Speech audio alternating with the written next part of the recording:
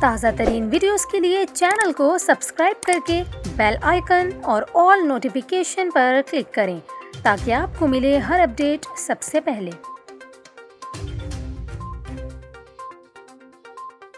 اور یہاں پر آپ کو خبر دیں، کراچی میں جیل چورنگی کے قریب رہائشی عمارت میں واقع سپر اسٹور کے بیسمنٹ میں لگی آگ شدت اختیار کر گئی۔ فائر بریگیڈ حکام کا یہ کہنا ہے کہ 10 فائر ٹینڈر عمارت کی بیسمنٹ میں لگی آگ بجھانے کی کوشش کر رہے ہیں۔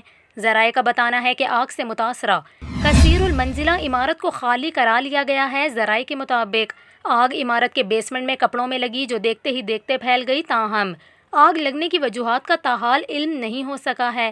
ریسکیو حکام کا یہ کہنا ہے کہ رہائشی عمارت اور سپر اسٹور میں موجود تمام افراد کو بحفاظت باہر نکال لیا گیا ہے۔ کوئی بھی شخص زخمی یا بے ہوش نہیں ہوا۔